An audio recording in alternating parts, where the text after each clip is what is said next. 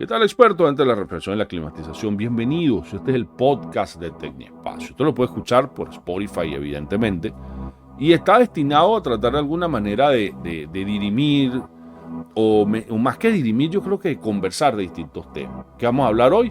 R22 y sus sustitutos. ¿Cuál para mí es de los mejores sustitutos que hay de esa sustancia? Vamos a hablar un poco sobre ese refrigerante y las verdaderas alternativas que hay hoy en el mercado para las personas que evidentemente quieren dejar de utilizar esta sustancia.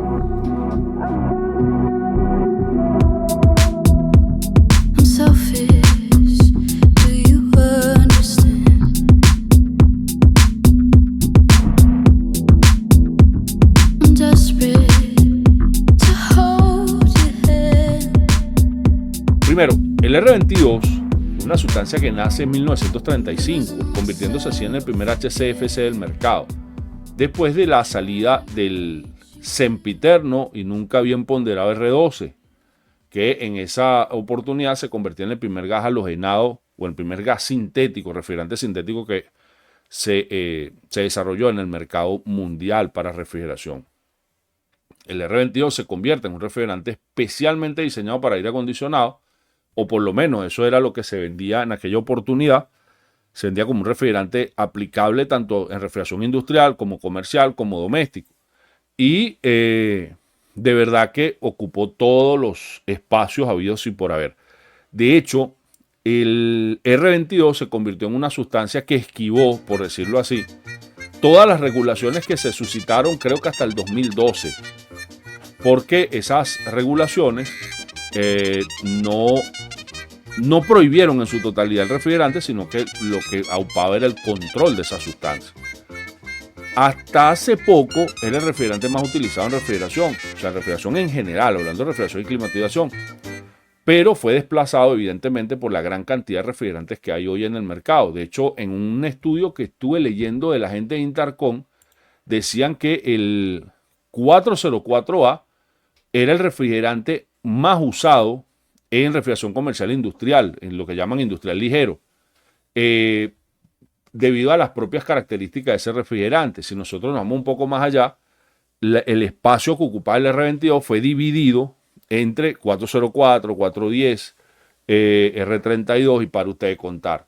Entonces, por esta razón, a nivel internacional, el impacto que pudiese tener la eliminación del R22 creo que estaría más dirigido a los países como los nuestros, que todavía seguimos siendo R22 dependiente, discúlpenme la expresión, porque hay como, de hecho nosotros hicimos como una especie de encuesta así muy a la ligera, y la mayoría de los técnicos siguen insistiendo que el mejor refrigerante es el R22 y el R134A.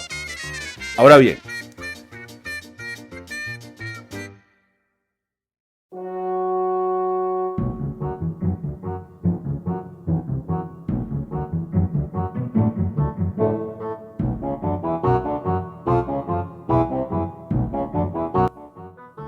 ¿cuáles eran las ventajas del R22? Primero, sus bajas presiones. De hecho, el R22 por succión, en un sistema de climatización con una temperatura ambiente aproximadamente unos 30 grados, debería estar más o menos como en 65 psi, entre 60 y 65 psi, aunque eso fue una regla no escrita, el uso de ese 65 psi. Hay sistemas que estaban cargados con R22, porque de hecho me tocó en más de una ocasión trabajar con esos sistemas que no llegaban a los 60 psi a carga plena, como también me tocó sistemas que pasaban de los 70 psi a carga plena, hablando de carga por masa, algunos sistemas en particular.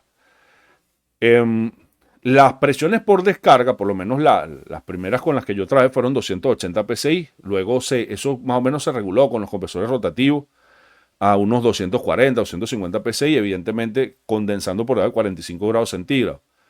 De hecho, los presostatos encapsulados venían para trabajar con 320 psi para R22. ¿Por qué? Bueno, porque ya a partir de esa presión, evidentemente el refrigerante o el equipo, el sistema ya no estaba trabajando de manera apropiada. La mayoría de los compresores, por lo menos de aire acondicionado, debían trabajar con una presión por encima de 25 psi. Esto debido a su envelope. Si ustedes buscan los pesostatos encapsulados, también van a encontrar que esa era la presión mínima de trabajo o la presión a que venía calibrado ese pesostato encapsulado. Luego de la desaparición del R12, comenzó a utilizarse mucho R22 en refrigeración, lo que era industrial ligero, comercial y lo que llaman también comercial ligero. De hecho, muchísimas cavas pasaron a R22, lo único que tenían que colocarle unos ventiladores en el cabezal porque generaban una altísima temperatura en el cabezal de los compresores semiherméticos, sobre todo en refrigeración. ¿Okay? En aire acondicionado eso pasó transparente porque de hecho venían diseñados para tal fin.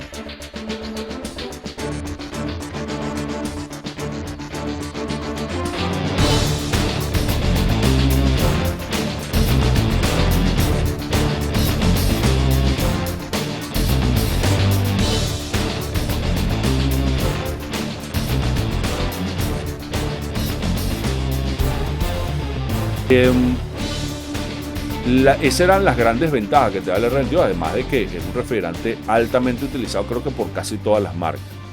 Luego de los procesos regulatorios que comenzaron hace muchos años, comenzaron a dividir el mercado. O sea, por un lado tenían el 410A, que salió por allá a principios de los 90.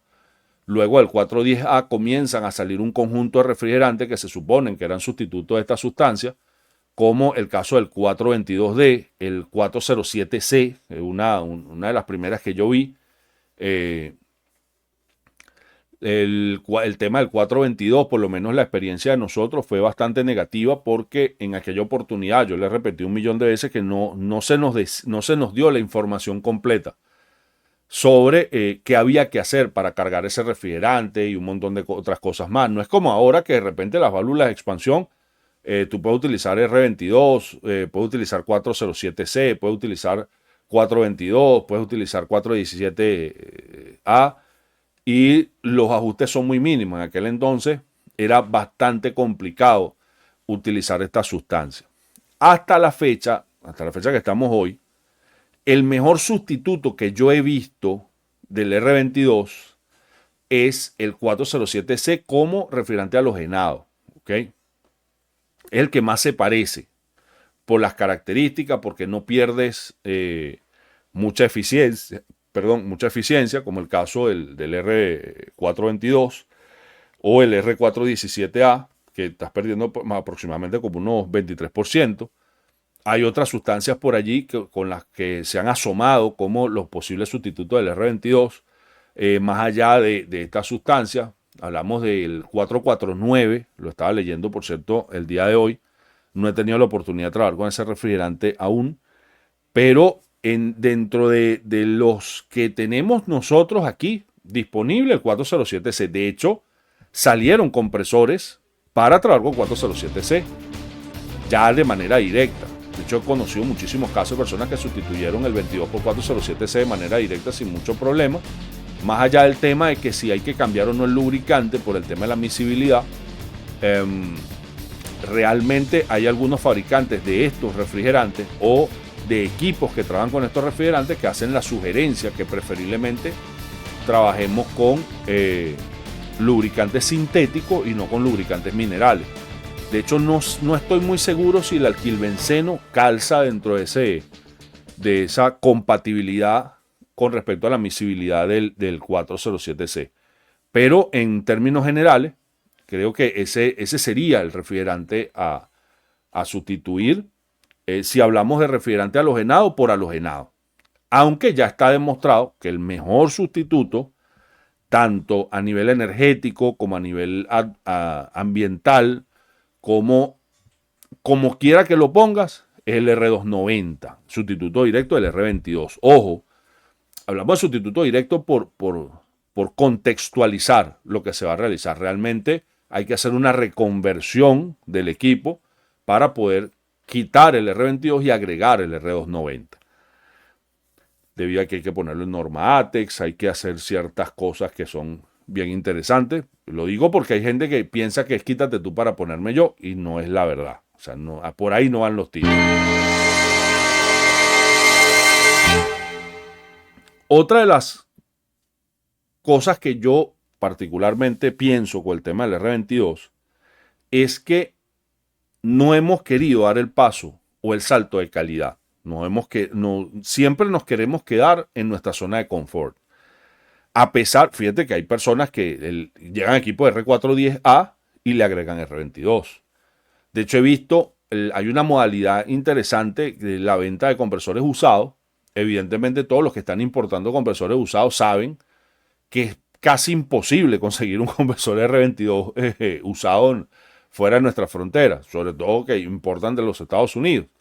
Entonces, importan equipos R410A, o sea, compresores R410A, y lo primero que hacen es colocarle R22. Entonces aumentan la presión. Entonces se han inventado un par de cosas interesantes, pero yo he visto un par de equipos de esos, unos cuantos, y ninguno rinde ni siquiera el 75%, porque evidentemente hay una cuestión de desplazamiento, de superficie de lo que es el condensador y evaporador, etcétera, que no logras llenarlo con un compresor R22. De hecho, nosotros mismos hicimos varias pruebas instalando compresores de 12.000 BTU en sistemas de R22, pero de 410A, y realmente no logramos sacar el máximo rendimiento. El máximo que sacamos creo que fue 65%, algo así.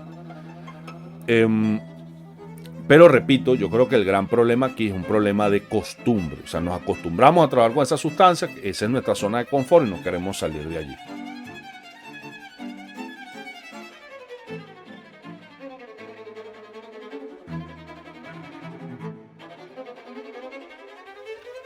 Otra de las cosas que es importante hacer notar es que, si bien es cierto que el R22 tiene un potencial de calentamiento atmosférico de 1800 y es una sustancia agotadora del ozono, no es menos cierto que dentro del sistema él no va a dañar absolutamente a nadie. Entonces, tras sacar esa sustancia para agregar otra, no tiene gracia, porque si nos ponemos a buscar casi todos los refrigerantes sustitutos que están en el mercado hoy, por ejemplo, de Venezuela, tienen un potencial de calentamiento atmosférico mayor que el propio R22. Entonces no es una alternativa inteligente, además de las pérdidas directas que tiene por las mismas características, discúlpenme que sea tan reiterativo con esto, de esa sustancia nueva versus el R22.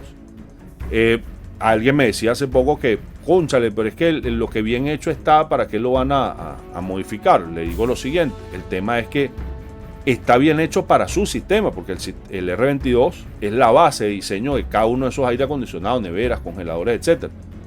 Entonces, buscar un sustituto que en ese sistema que fue diseñado para R22 tenga las mismas características del propio 22 es bastante complicado.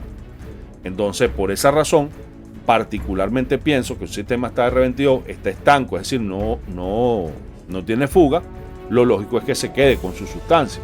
Ahora, si ocurrió una fuga, el equipo se está deteriorando, etcétera. Hablo de las fugas. En el momento que tenga una fuga, el equipo que esté deteriorado, que no esté en condiciones, en ese momento sí hay que evaluar la sustitución del R22 por alguna otra sustancia. Evidentemente pensado de la lógica del sentido común. O sea, si voy a sacar una sustancia que es agotadora del ozono y tiene un potencial de calentamiento atmosférico de 1800, debería ser sustituida por una sustancia que no dañe la capa de ozono y que tenga un potencial de calentamiento atmosférico inferior. Ese es el deber ser, me disculpa. ¿Ok? Dentro de todas estas sustancias, por ejemplo, déjame ver un momentico, yo creo que por aquí conseguí una llamada R455, creo que era, no, es para el 404. La anterior a esa que estuve buscando era 470. 470 es para el sustituto del 410, que es el RS53. Voy a buscar un momento aquí con un poquito de paciencia. El XP40 o R449. Podemos buscar aquí el 449, cuál es el potencial de calentamiento atmosférico. A pesar de que no lo tenemos en el mercado venezolano, creo que es cuestión de evaluar. Okay, por lo menos las personas que me están escuchando que pueden traer esa sustancia, bueno, tiene un potencial de 1397, o sea que está por debajo de el potencial de calentamiento atmosférico del propio R22. De hecho, el 449B tiene un potencial de calentamiento atmosférico inferior, menor al del 449A, que es 1226. Sigue siendo un alto potencial de calentamiento atmosférico, pero es mucho mejor que el R22, como lo miremos. Por ejemplo, el tema de qué hay que hacer para sustituir ciertas sustancias. Por ejemplo, si sacas R22 y colocas 407A, realmente no tienes que hacer ni siquiera ajuste de la válvula de expansión, lo puedes traer con el mismo capilar. El 417A sí tienes que hacer un ajuste de la válvula de expansión. Por ejemplo, en el caso de la válvula de expansión T5, T2 y T2 de Danfoss, tienes que girar giro y medio en el sentido horario. ¿Okay? Según lo que me dice aquí la gente de Danfoss, que pierdes hasta el 32% si utiliza el 417A en baja temperatura. ¿Okay? ¿Cuál es otro sustituto? Vamos a seguir aquí. 422D tenemos por aquí. No necesitas ajuste, pero tienes una pérdida considerable también en baja temperatura, de hasta 36%. El 444, ¿verdad? Que medio sentido de las agujas del reloj es el ajuste, pero las pérdidas son apenas el 16% en cuanto a refrigeración. Y el 454A, que también es un A2L, pierdes apenas el 4%. Es decir, en media temperatura no tienes una pérdida. Fíjense que el 454A es un mejor sustituto que hasta el mismo 407C. Repito, estoy leyendo aquí directamente de la aplicación RefTool de Danfoss. Okay, vamos a ver 454A, tiene un potencial de calentamiento atmosférico apenas de 239. En ese caso particular, de que no quieras trabajar con un refrigerante A3 como el caso del 290, el 454 sería la opción más inteligente en la actualidad. Habría que ver si quienes manejan el mercado venezolano quieren traer esa sustancia a Venezuela, porque repito, según lo que yo estoy viendo aquí en los simuladores, etcétera, es el mejor sustituto de R22 que hay en la actualidad en el mercado, hablando de refrigerantes sintéticos con la intención de la sustitución directa de esa sustancia por otra. De hecho, déjame ver qué me dicen aquí. 454A, refrigerante. Ver que refrigerante XL40. Ese es el nombre que le da Opteon. Okay, vamos a revisar un momento. Reemplaza el R22404. Gran capacidad de enfriamiento para distintos sistemas. Es un refrigerante inocuo para la capa de ozono que brinda un equilibrio óptimo de propiedades para el sistema de refrigeración industrial. Estoy leyendo textualmente de la página Opteon. El XL40 o 454A es un refrigerante a base de hidrofluorolefina con bajo potencial de calentamiento global y por su sigla en inglés con clasificación A2L. Okay, que permite cargas mucho más grandes que otros refrigerantes altamente inflamables como el R290 y isobutano. Claro, evidentemente. Opteon no hace el R290, no le gusta. Ya lo vi todo. ¿Qué más tenemos por aquí? ¿Quién más tiene? La gente de Danfoss dice. A ver qué dice la propia página de Danfoss. Refrigerante A2L en la refrigeración comercial. No tóxico, levemente inflamable, como estos refrigerantes, con potencial de calentamiento global muy bajo. Con el uso de la refrigeración, eliminando con éxito el uso de refrigerantes de mayor potencial de calentamiento atmosférico, innumerables aplicaciones, ahora se está beneficiando de refrigerantes que son más respetuosos en el ambiente. Ahora, los siguientes pasos es ir más allá y lograr un ultra bajo potencial de calentamiento atmosférico. Los refrigerantes naturales, como el R290 y el CO2, se utilizan para amplia gama de aplicaciones, pero para los instaladores que buscan una opción rentable que mantenga un diseño del sistema convencional, los refrigerantes A2L son una excelente opción, ya que ofrece un ahorro hasta el 90%. No te engañes con el tema de la inflamabilidad. Algunas precauciones básicas, los refrigerantes A2L son sumamente seguros. Y hacen toda una explicación. Repito, esta es la página de Danfoss. ¿Okay? ¿Qué refrigerante se clasifica como A2L? 1234, 454C, 455A y para ustedes contar. De la que hay una gama bien interesante de sustitutos del R22 en la actualidad. Para mí, repito, sigue siendo el mejor sustituto. Ya lo he trabajado, el R290, pero hay que primero capacitarse para poder tratar esa sustancia.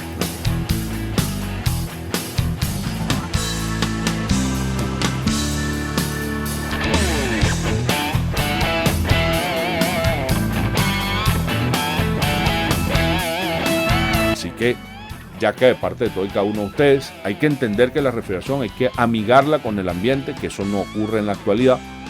y amigarla no solamente de manera directa, es decir, que si se escapa esa sustancia a la atmósfera, sino amigarla también de manera indirecta con lo que es el consumo energético. Por esa razón sigo insistiendo que el R290 es la mejor opción.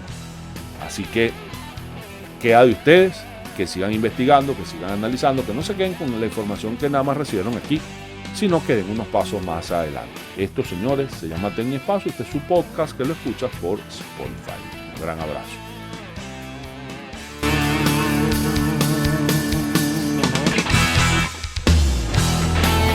Y recuerden que pueden seguirnos por todas las plataformas de lo que es la gran comunidad Tecniespacio, que estamos por Instagram, Facebook, YouTube, TikTok, hasta tenemos canal de Telegram, tenemos nuestro canal de Instagram, donde también estamos compartiendo muchísima información, y próximamente vamos a hacer como una especie de unificación de absolutamente todo. Así que comenta, comparte, para que podamos seguir creciendo en esto que se llama Tecniespacio. Muchísimas gracias.